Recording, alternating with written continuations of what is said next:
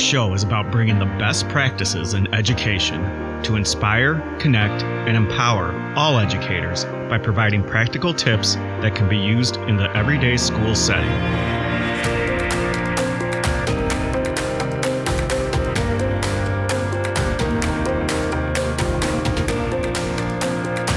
Hello, and welcome to Coach Me If You Can.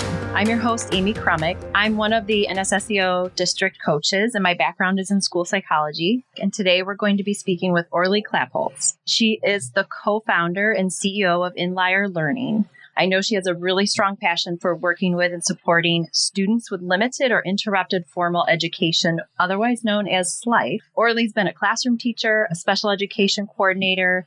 She continues her work with SLIFE and with newcomer students, and she works on creating assessment materials and developing learning solutions for the SLIFE students. Hi, Orly. Welcome. Hi, thank you for having me. I'm excited to talk to you today. Yeah, thank you so much for joining us on Coach Me If You Can. We're excited to talk to you, and I'm really excited as we're getting ready to start our cohort sessions with you and this year. To get started, can you just tell us a little bit more about yourself and how you came into this line of work and you've continued to remain so passionate about it? Sure. I started teaching right out of college through the New York City Teaching Fellows Program. And I started with my master's in special education. And a couple years after working in, I guess, a pretty typical high school, I started working in a school called Ellis, which is a school for older adolescent, new arrival immigrant students. And that was the first time I had even heard the term SLIFE or SIFE, which was used more commonly at that time. And I was really surprised at how few materials there were and just resources in general.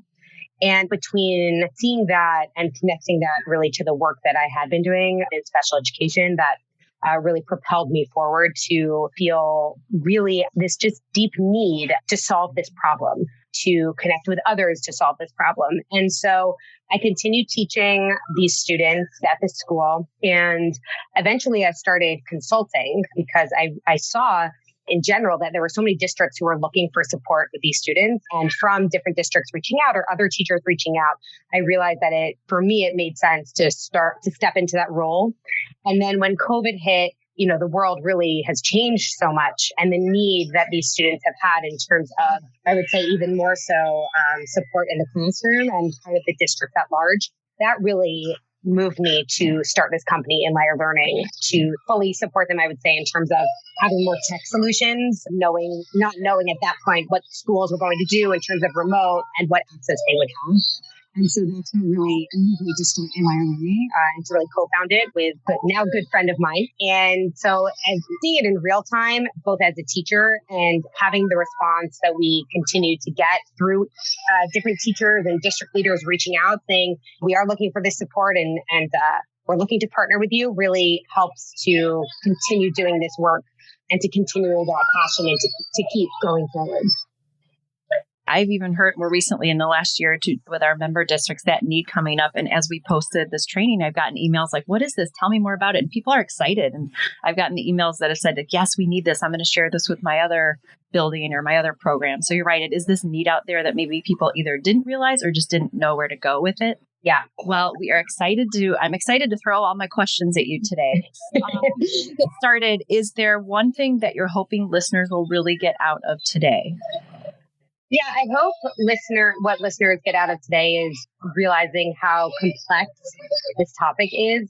It's very natural as humans to want to, obviously solve problems, but even more so see the problem and just be ready to solve it right away. And recognizing, which is so true of so many areas of education, that it's really very nuanced and it is complex. And some of it is just when we think about solving this problem or supporting these students in general or our multilingual population at large, that it's just one foot in front of the other. What's one, I would say, small thing that we can do? What's one change that we can implement that we can think about moving forward in terms of support for them? Otherwise, I think it gets really too overwhelming. So that's what I hope people realize or even take away from today is recognizing that. Great. So if listeners or teams could identify one thing that would be their next step from today, that would be a great accomplishment. Yes, absolutely. Sounds good. Well, since we are so excited about this multilingual assessment and evaluation cohort that we're starting here at NSSEO, and we're bringing you to come speak with us soon in the next few weeks, can you tell us more about the training, kind of what's involved and what will be happening so that people can understand what that day will look like a little bit more? Sure. We're going to really start with an overview just in the legal process and considerations for our multilingual students and what that means and the protections that they have in terms of evaluation and referring them for special education evaluations. We're going to spend a considerable amount of time looking at the similarities in presentation between second language acquisition and learning disabilities and why some of it does present similarly and why that can be confusing. And again, is complex as educators, for school districts, for schools. We're going to talk a lot about how to distinguish one from the other, as well as use really practical situations to show how those come about, as well as talk about how for multilingual students, they are both over and underrepresented in special education and really bring all of that together to show why that is. We are going to touch upon students with limited or interrupted formal education and how they fit in there as well in terms of evaluation and assessment. And so we're going to, it's really going to be a pretty dense, I would say, day in the sense of we're going to cover a lot of information, and there will be both theory and practical in terms of, kind of this is the larger picture here. And now practically, what does this look like for us in terms of the evaluation process from classroom through, the process of actually receiving an IEP? Okay, so I'm envisioning all of us walking out that day with all these great ideas and you get exhausted because you've heard so much. Now you're like, all right, what am I going to do next? And kind of get to go back to the next day. Yes, I hope so. And that really also goes back to what I said about one thing. Like there's going to be a lot of information and it's the same. I think it really goes on the same theme of this is a really complex, really large topic. And I hope, again, the same takeaway is that will be from that training of like, there was a lot here, but here's one thing that we can really start implementing on the ground tomorrow for our students to move forward in this aspect. So that I would say it really follows that same idea of it's a lot, but what's something practical here that we can take away? Thinking about, we have that big day of training, October 5th, and then we're going to be doing some coaching sessions afterwards that I will be facilitating with our member districts. I'm really excited to be doing this and support teams in moving forward because that's the fun part, right? We go to training, we get all these good ideas, but then it's like, okay, now what? So I'm happy that with your guidance, I can support these teams moving forward. Why do you think these will be helpful? And then how do you see that these sessions might go or how people would participate and what that would look like? I agree. I love that, the big trainings are fun but they're very different than the more, I would say, intimate coaching that are in their own way exciting and fun. And I think that what's really so valuable about those coaching sessions is that you get to get more in the weeds, I would say, of what the challenges are and what the challenges, let's say, either an educator is facing or the districts are facing. And I think it really allows for, again, like really kind of breaking down a situation, right? Like I have, let's say, like this many multilingual students, or I have this many students and I'm concerned in this way, or we've tried this and for some reason it's something doesn't seem to be progressing. What do we do? And talking out those challenges. And so my hope for those sessions is for districts, for educators, for anyone who comes to feel comfortable really bringing a challenge that they are facing for us to be able to talk about and learn about together. I really believe that it's those sessions where so much of that magic happens of recognizing, this is something that I didn't think about or something we could try. And then also seeing how that can be applied to so many other students in the same building or in other buildings. And so that's what I really hope will happen during those sessions. So giving those teams a chance to hear from each other and hear where they're at and then identify those next steps, problem solving through some of these scenarios or situations together. Yeah, absolutely. You've hit on this, obviously. What are some of your goals or some things that you want people to take away from the training? But in your perfect world, what would be your highest hope for this training?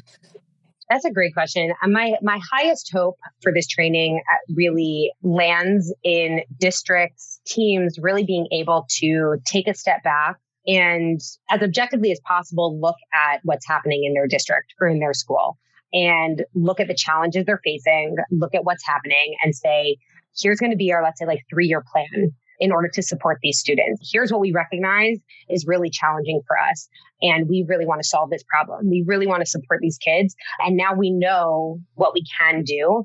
Let's look at this, let's say in a 3 to 5 year plan, which is often something that we don't, as educators or as districts, I think have time to do, which is an unfortunate reality. And so I think a lot of the times we get stuck in this, especially once COVID hit, with this just moving and putting out fires. And my hope is that in the ideal situation, we, instead of constantly putting out fires, we're really being very proactive about it. It's this is what happens when a multilingual student, let's say, enters my school or my district. Here's what happens. Here's how we determine whether or not they need an evaluation for special education.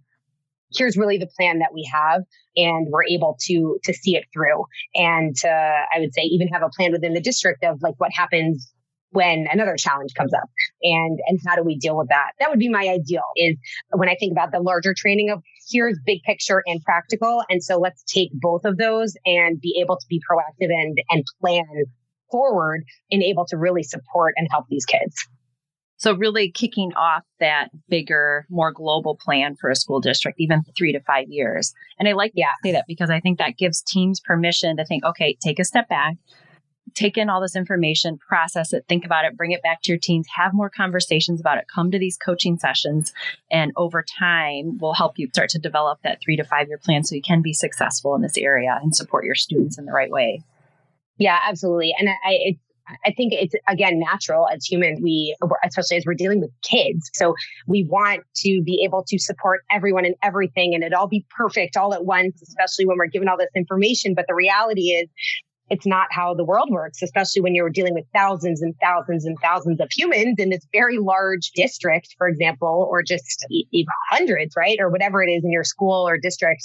And recognizing that it is that taking a step back and being able to say, this is what we can do this year to move forward on this, let's say 3 to 5, whatever it is, year plan, so that we know we are moving forward, we are making progress, and we are getting towards those goals of that all around full support. Well, I'm looking forward to it. Your insight into all of these things has been very helpful. Summarizing some of the questions that I've asked you, the big takeaways are that this is a complex topic and issue that we are dealing with. This kickoff training will get people on the right track to think about, reflect on where they're at with their teams, learn some new information, then identify those challenges they have in their own buildings with their own teams, what are next steps. And then as I'm thinking about, again, big takeaway, just giving people permission to come up with that 3 to 5 year plan, and it will be okay. We might not have the answers. I think as educators, like you said, especially the related services and support staff members that will probably be there, we want to fix it, and we want to help people fix it now, and that it's okay. It might not be fixed tomorrow, but that we've got a plan and we're working through it. Yes, absolutely. Before we get into some of our rapid fire questions, what is something that inspires you, empowers you, or connects you? I think it's funny. I think what really grounds me is nature. I would say, there are a lot of things that I find inspiring, but I think what really grounds me and helps me kind of think through problems and also inspires me, I would say, is nature. I think there is a very calm, grounding experience to just be in nature. And I find that when if I'm working through a problem, whether it's a company problem, I found this even as an educator, if I had a student that I was trying to support that, whether it was going for a walk or just kind of sitting beneath a tree or something, I just found that always really grounding. And I really find it inspiring because I find that for myself, nature really allows me to remember how large the world is and just think beyond myself. And it really always brings me back to that and remembering that and channeling that in whatever work that I'm doing. And so it's always just been for me, I think even since I was a child, just something that has always allowed me to think outside of myself and bring me back to what's important and whatever work I was doing. I like especially that you said no matter big or small problems, that nature just makes you reflect on it in both situations. So we're going to finish up with some of our rapid fire questions. So I'm going to throw these at you and just share the first thing that comes to mind. So what is something new that you've recently learned? Okay, I recently learned this because of TikTok, which I'm actually not really on. I'm not really on every once in a while. Okay, but I actually have found there is like a section of TikTok that's bee TikTok, like bees. Okay. And it's really fascinating. And I have learned, I did not know this, a swarm of bees are literally homeless bees. I did not know that. That is something I learned recently, which I found really fascinating. Like they're considered homeless, like they need a home. And I found it especially fascinating because it's a random fact. It is something I recently learned. And I was like, wow, that's also really inspiring because they all stay together. Like the community, like they just keep going together. They've lost their home, but they stay together. And so that is something I learned recently and took a lot of inspiration from. Thanks to TikTok. Thanks to TikTok. Yeah. Okay, great. That's a good one. Reflecting back on school, who was your favorite teacher, educator growing up, and why? My fifth grade teacher, Mrs. Aaron, I still use things that we learned in fifth grade. I can remember, honestly, our entire curriculum. Like I remember everything we learned. She just connected with kids in a way that was truly, inspirational. Just like, I guess something I hadn't experienced, to that level. And it was like the first time, for example, like I can picture myself in her room. Like she had a section of her room that was like considered the science, whatever section that just had stuff out. And if you were really struggling with whatever was going on in the classroom, she just would come over. I remember this because I remember it happening to myself. And she would whisper in your ear, go take a break over there. Go look at something that's over there and then come back. And she was firm, but not mean. She knew how to set the boundaries and limits without being mean. And she also spent time on things that I think, I look back, we did a whole advertising unit that was very cool. And you had to create your own company. And then you had to create all this advertising for it. And we did a whole writing project on it also. And it just, when I look back, I think about how thoughtful each project was. And so she absolutely was an incredible educator. What book are you currently reading? I just finished a book yesterday called Dear Edward. It is a very intense book, but I could not put it down. It was very good. It is, you follow this boy who experiences a tragedy when he's very young. And you just, it sucks you into the characters and just, you really want to follow this story and see how they're all doing and how they all connect to each other. And what I found so amazing about the book is just how the author is able to really show you what it is to experience grief and how different people process grief differently and how you experience it differently at different points in your life. And it's very intense, but really beautifully done. And so I just finished it yesterday. And actually the piece that I, for myself, was thinking about how I really needed to write some of the things down is that you see the boy who experienced the tragedy, you see him in a lot of different experiences within a school setting. And so it's also just a good reminder, I feel like, as educators and for myself, I was thinking about this while I was finishing up the book yesterday about how even when we don't know what's going on in someone's life, really not making assumptions and really showing compassion for people because of how, especially when someone is experiencing something, how grief can just come up at random points throughout the day, no matter, and not knowing, and that can come up in different ways in different people. And so it brought out a lot of those thoughts when I finished it yesterday. I bet, because you can make some strong connections with that with all the students that we work with. Yeah. And we don't know absolutely what they've been through. Best advice that you have for an educator? Okay, best advice I have is remembering that this is a roller coaster, that it is a marathon, not a sprint. And the reason that is my best advice is because I think when I first started, I remember in my first 2 years of education, I was very close to burning out because I just felt like it was just the constant go, go, go, go. And in some ways, there is this lifting up sometimes of educators of almost that we're not human and should always be giving 100%, which we should, but we're also human and things happen in our life and you're going to have your good days. You're going to have your bad days. And just because you have a bad day doesn't mean you're not a good educator and it's not important for you to be there in the classroom and that you're not doing really important, amazing things. And it's okay to say, I had a bad day, right? Or I'm struggling right now and to reach out to people to support you. And that's in the same way with a roller coaster. You have your ups and then you have your downs and that's the reality of life. And so I kind of wish someone had said that to me in my first couple of years of teaching of it's okay if you have those bad days, it is okay. And we're whoever the we are, but we're here to support you kind of thing. So I would say that would be my advice is channel that, remember that. If you're in a down, there's going to be an up, and reach out to people who can support you. And just, it's okay because there are going to be downs. That's the reality of it. And then I love that there always is going to be an up, and you will pick it. Good advice. Yes. That's great advice. Thank you.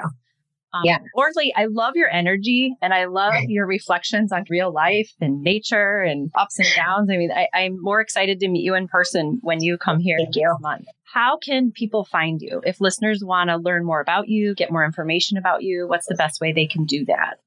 Sure. I'm also very excited to see you next month. And thank you also for having me. They can find me they can always email me. I'm Orly at inlierlearning.com. They can go to our website, inlierlearning.com. I'm also on Twitter, Orly Klapholz. So any of those, reach out. I'd love to just even chat with people.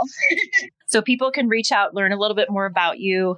Just so everybody knows, Orly will be joining us here at NSSEO on Tuesday, October 5th for that full day training, which is going to kick off the cohort. And then we will plan our follow-up coaching sessions after that. Orly, thank you so much for your time today. This has been great to get to know you and hear about the training. I am sincerely looking forward to it. And I know everybody else is too. So thank you very much. And we will see you soon. Wonderful. Thank you so much. I had a blast talking to you, and I'm excited to see you soon as well. Join us next week for another exciting podcast on Coach Me If You Can.